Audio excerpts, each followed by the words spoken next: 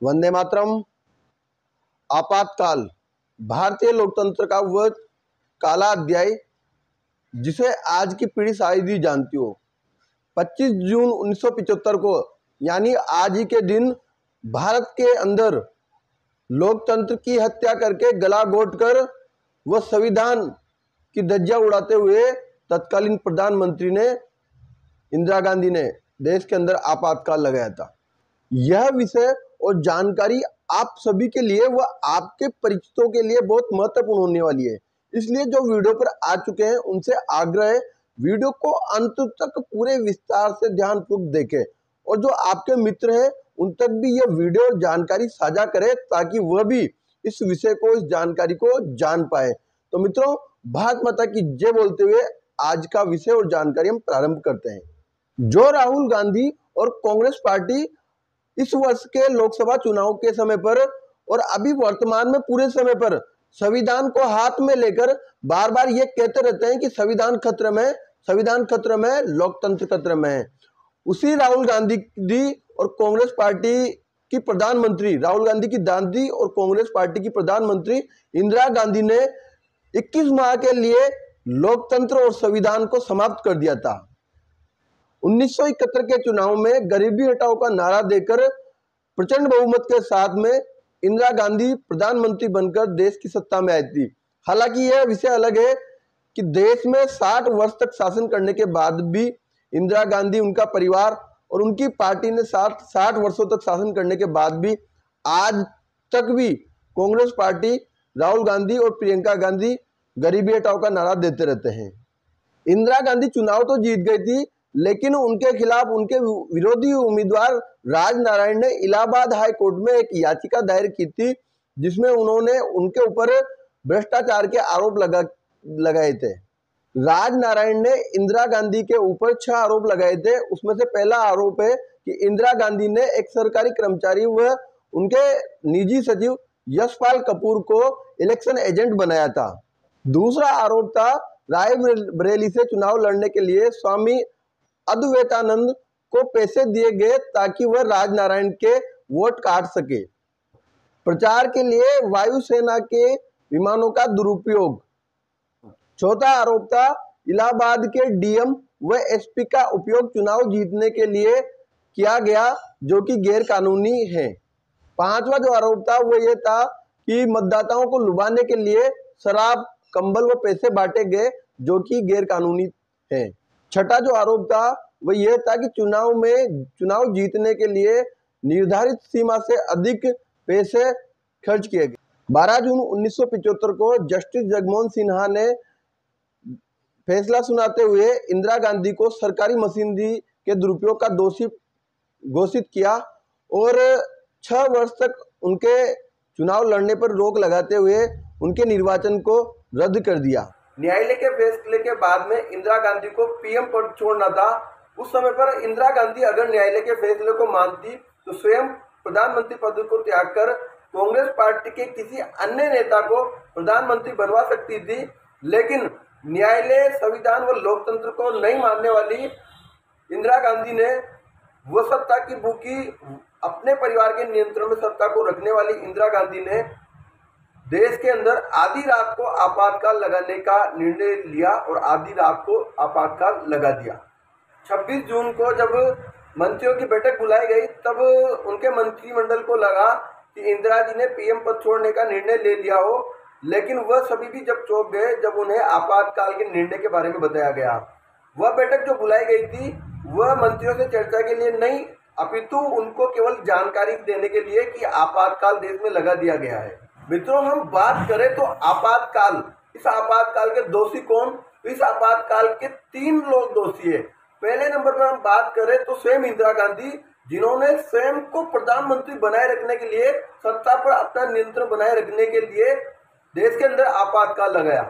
दूसरा दोषी कौन? तो तत्कालीन राष्ट्रपति फखरुद्दीन अली अहमद, जिन्होंने बिना सदन में चर्चा के, बिना सदन में मंत्रिमंडल या बिना सहमति के केवल प्रधानमंत्री के एक कहने पर आपातकाल की अनुमति दे दी। और तीसरा दोषी है तो उस समय के कांग्रेस पार्टी के सभी नेता, मंत्री व सांसद जिन्होंने इंदिरा के उस आपातकाल के फैसले का विरोध नहीं किया, बल्कि देश भर को, पूरी देश की जनता को आपातकाल के उस काले दौर को देखने के लिए झोंक दिया। न्यायालय के आदेश के बाद में इंदिरा गांधी अपने पद से त्याग पत्र दे, इसके लिए विपक्ष के सभी नेताओं ने अपनी आवाज बुलंद की और कांग्रेस पार्टी से इंदिरा के त्याग पत्र की मांग की। विपक्ष के नेताओं में लोक नायक जयप्रकाश, अटल बिहारी वाजपेयी, लालकृष्ण आडवाणी, मोरारजी देसाई, ऐसे कई नेताओं के नेतृत्व में लाखों विपक्षी नेताओं ने आवाज उठाना प्रारंभ देश भर के अंदर किया। आपातकाल की घोषणा के तुरंत बाद में विपक्ष के इन सभी नेताओं को गिरफ्तार करके जेल में डाल दिया गया। मीडिया पर, अखबार पर प्रतिबंध लगा दिया गया। कुछ समय बाद अब अखबार छपने भी लगे, लेकिन उन पर सेंसरशिप लगा दी गई।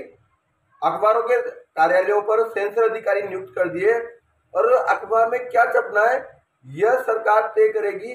सरकार को पहले दिखाना है।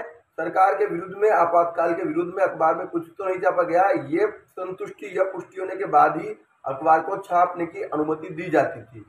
उस समय पर आपातकाल का विरोध करने वाले या आपातकाल के विरोध में बात करने वाले लोग को गिरफ्तार करके जेल में डाल दिया जाता था। 21 माह तक चले आपातकाल के समय पर लगभग 11 लाख लोगों को गिरफ्तार करके जेल में डाला गया, यातनाएं दी गई। इंदिरा गांधी ने कैसे संविधान का दुरुपयोग करके संविधान का ही गला घोट दिया था, यह भी हम सभी को जानना आवश्यक है। संविधान के अनुच्छेद 352 में आपातकाल के लिए 2 तर्क दिए गए हैं। उनमें पहला है युद्ध जैसे हालात, मतलब बाह्य आक्रमण। बाह्य कोई शक्ति देश के ऊपर आक्रमण करता है तो उस समय पर देश में स्थिति को नियंत्रित करने के लिए, देश की सुरक्षा के लिए आपातकाल लगाया जा सकता है। दूसरा है देश की शांति भंग होने की स्थिति में, मतलब आंतरिक अशांति होने की स्थिति में देश के अंदर आपातकाल लगाया जा सकता है।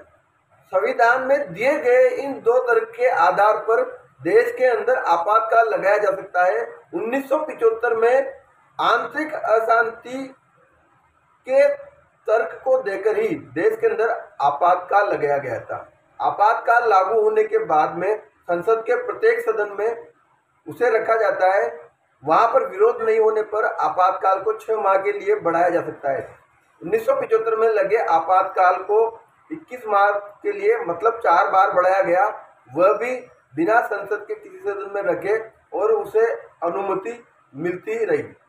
आपातकाल पर न्यायालय द्वारा न्यायिक समीक्षा की जा सकती है, लेकिन आपातकाल लगने के बाद में 22 जुलाई 1975 को इंदिरा गांधी ने संविधान में 38वां संविधान संशोधन करके न्यायालय से उनके जो न्यायिक समीक्षा का जो अधिकार था यह भी छीन लिया था। इसके 2 माह बाद में 39वां संविधान संशोधन करके न्यायालय से पीएम पद पर नियुक्त व्यक्ति की न्यायिक जांच का अधिकार भी इंदिरा गांधी ने छीन लिया था। हालांकि 1977 में पहली बार गैर कांग्रेसी सरकार जो बनी थी मोरारजी देसाई की, उन्होंने पुनः संविधान में संशोधन करके न्यायालय को यह अधिकार वापस दे दिए थे जिन्हें इंदिरा गांधी द्वारा छीन लिया था। इसके बाद में आपातकाल के प्रावधान में संशोधन करके आंतरिक अशांति के साथ में सशस्त्र विद्रोह जोड़ दिया था, ताकि भविष्य में कोई इंदिरा गांधी या उसके जैसा तानाशाही देश को आपातकाल थोप न सके। 21 मार्च 1977 को पूरे देश भर में जनता के जनाक्रोश के बाद में आपातकाल को समाप्त किया गया। आपातकाल के बाद में जब चुनाव हुए तो कांग्रेस व इंदिरा गांधी के तानाशाह के लंबे समय व संघर्ष से आक्रोश में भरी हुई जनता ने पहली बार देश में प्रचंड बहुमत के साथ में गैर कांग्रेसी सरकार का चुनाव किया। आपातकाल के उस कालखंड में सबसे अधिक प्रताड़ना व शोषण किसी को झेलना पड़ा था तो वह थे विपक्ष के नेता, मीडिया कर्मी, कवि व लेखक, जो कि सरकार व आपातकाल का विरोध कर रहे थे, आपातकाल और सरकार के विरोध में लिख वो बोल रहे थे। ऐसा कहा जाता है आपातकाल के समय पर एक और घोर पाप इंदिरा गांधी के द्वारा जनता को प्रताड़ना के रूप में जनता के ऊपर किया गया, जो था जबरन नसबंदी करवाना। देश भर के अंदर इंदिरा गांधी के द्वारा लोगों को जबरन पकड़ कर उनकी नसबंदी करवाई गई, जिसमें लाखों लोगों की देश भर के अंदर जबरन व गलत तरीके से नसबंदी की गई। ये कहा जाता है कि उस जबरन और गलत तरीके से हुई नसबंदी के कारण से कई लोगों की जान भी उस समय पर चली गई थी।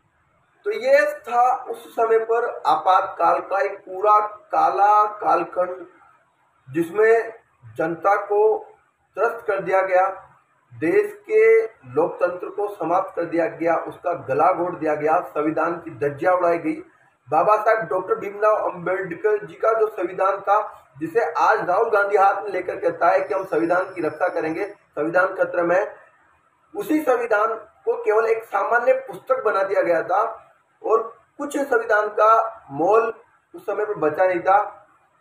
लेकिन वहीं हम आज के परिप्रेक्ष्य में, आज के कालखंड में हम बात करें तो कांग्रेस व उनके समर्थित बहुत सारे पत्रकार हैं जो सरकार के विपक्ष में, सरकार के विरोध में खुलकर बोलते हैं, लिखते हैं, सरकार की जो सही नीतियां है उनका भी खुलकर विरोध करते हैं, जनता को गुमराह व भ्रमित करने का कार्य करते हैं।